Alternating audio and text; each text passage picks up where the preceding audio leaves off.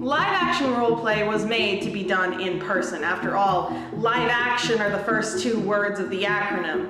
Unfortunately, sometimes real life gets in the way of fake life, and we have to have online games. So, I'm Kayla. I'm the new player guide at Dystopia Rising, Oklahoma, and this is how to have fun at a Dystopia Rising online event. Step 1. Preparing for game. Although there are some activities that a non-ticket holder can participate in, the majority of the story and content for a Dystopia Rising Oklahoma game requires a ticket.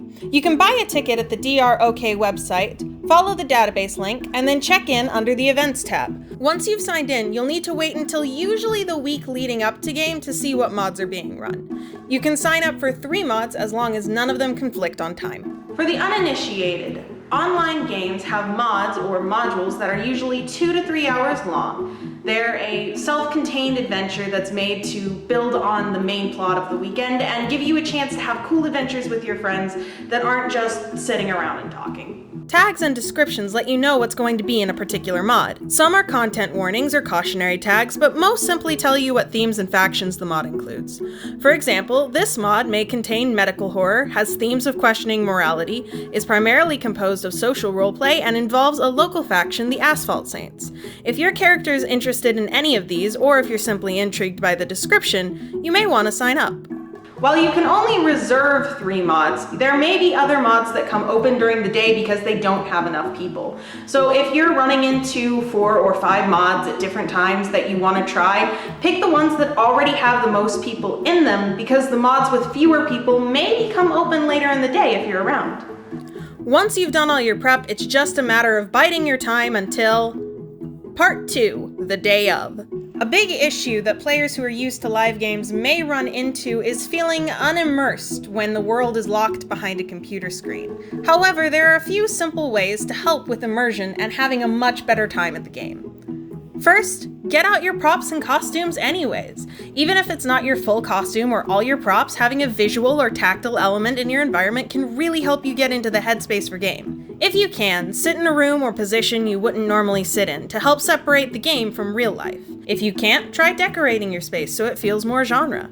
During roleplay in between mods, try finding something that you wouldn't usually do that's relevant to what your character is doing.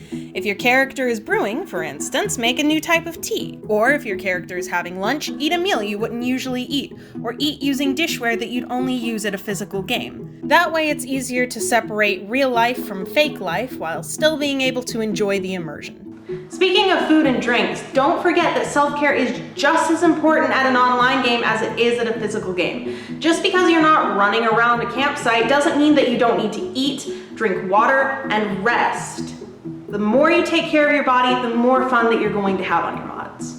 Another thing you can do to help immersion is to turn on your camera, even if you're only in partial costume. Seeing faces is a great way to make more memories, help connect with the people that you're talking with, and minimize bleed. Plus, you get a chance to show off your decorations, costumes, and props. Dystopia Rising runs our online games via the app Discord, which allows for both voice, video, and text-based roleplay. However, it may be that your device can't manage all of those, or you're stuck in a situation where you can't use your voice or your face. So, what do you do when you're going on a mod or into roleplay and you don't have the technical ability to do your voice or a video? Communicate. Let the guide running your mod know at the beginning of the mod that you have some sort of technical limitation. They will adapt for you and make sure that you can still participate in the mod even when you don't have the ability to use your voice or your video. Even if you're not having issues with your voice or video, interacting with the text chats offers a great different type of roleplay that allows for all sorts of different opportunities that you may not be able to achieve with just your voice or your face. And those are Dystopia Rising Oklahoma's best practices for how to have fun at an online game. So go forth, be safe, and I'll see you in the wastes.